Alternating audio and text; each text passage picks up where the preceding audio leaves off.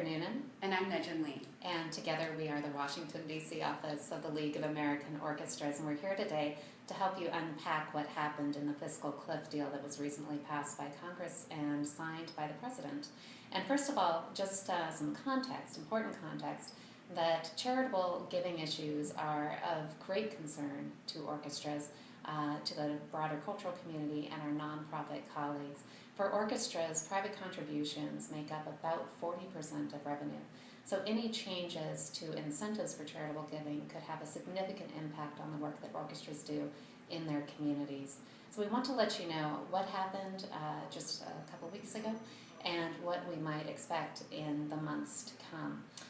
First of all, we wanted to let you know that we do this work in partnership with the broader nonprofit community, but we also do it really in partnership with you as advocates, and you really stepped up to the plate in the last few weeks of December and chimed in with Congress. We had more than 4,000 of you, orchestras and supporters alike, communicated your support for the charitable rollover. So that's a big number, and it's definitely been heard on the Hill. So what's in this fiscal cliff deal? First of all, what is not in it?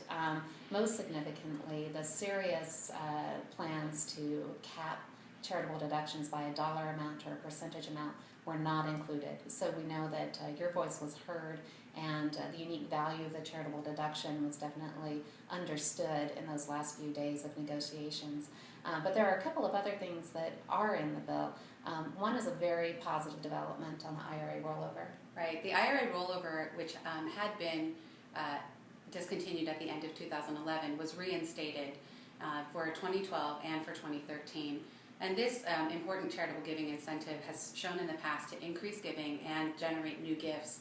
So its inclusion in the fiscal cliff package is a good sign that Congress sees the value of charitable giving. So that's one item definitely in the plus column. There was another provision, though, that was reinstated, and this is called the PEAS provision. It was in place from 1991 to 2009, so it might be familiar to some of you. And it basically trims the deductions, all tax deductions, for incomes over $250,000 for individuals and $300,000 for families. It's a very complicated provision, but suffice to say it was among the very least impactful of those proposals that were being considered as part of the fiscal cliff deal. So as a community, nonprofits are still seeking to have the charitable deduction exempted from all provisions that would place a limitation on the deduction.